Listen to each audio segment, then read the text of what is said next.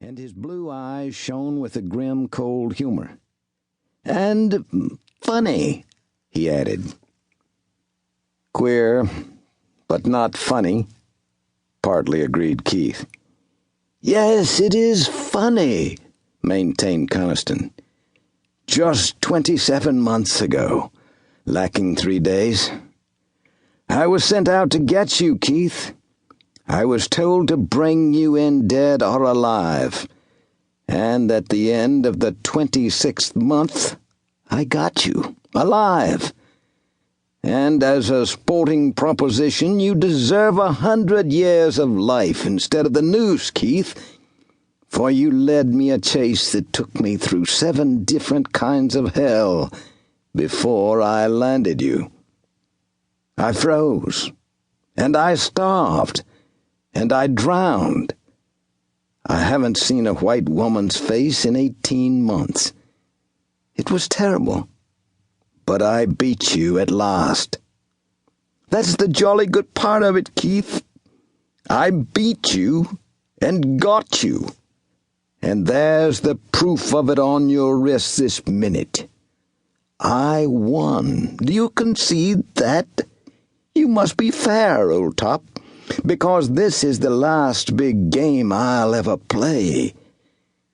There was a break, a yearning that was almost plaintive in his voice. Keith nodded. "You won," he said. "You won so square that when the frost got your lung—" "You didn't take advantage of me," interrupted Conniston. "That's the funny part of it, Keith. That's where the humor comes in.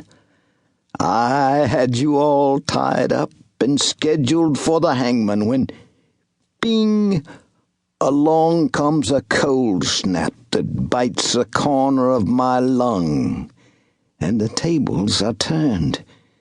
And instead of doing to me as I was going to do to you, instead of killing me or making your getaway while I was helpless, Keith, old pal, you've tried to nurse me back to life.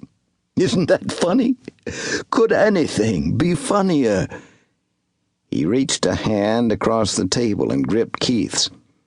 And then, for a few moments, he bowed his head while his body was convulsed by another racking cough. Keith sensed the pain of it in the convulsive clutching of Conniston's fingers about his own. When Conniston raised his face, the red stain was on his lips again. "You see, I've got it figured out to the day," he went on, wiping away the stain with a cloth already dyed red. "This is Thursday. I won't see another Sunday. It'll come Friday night, or sometime Saturday.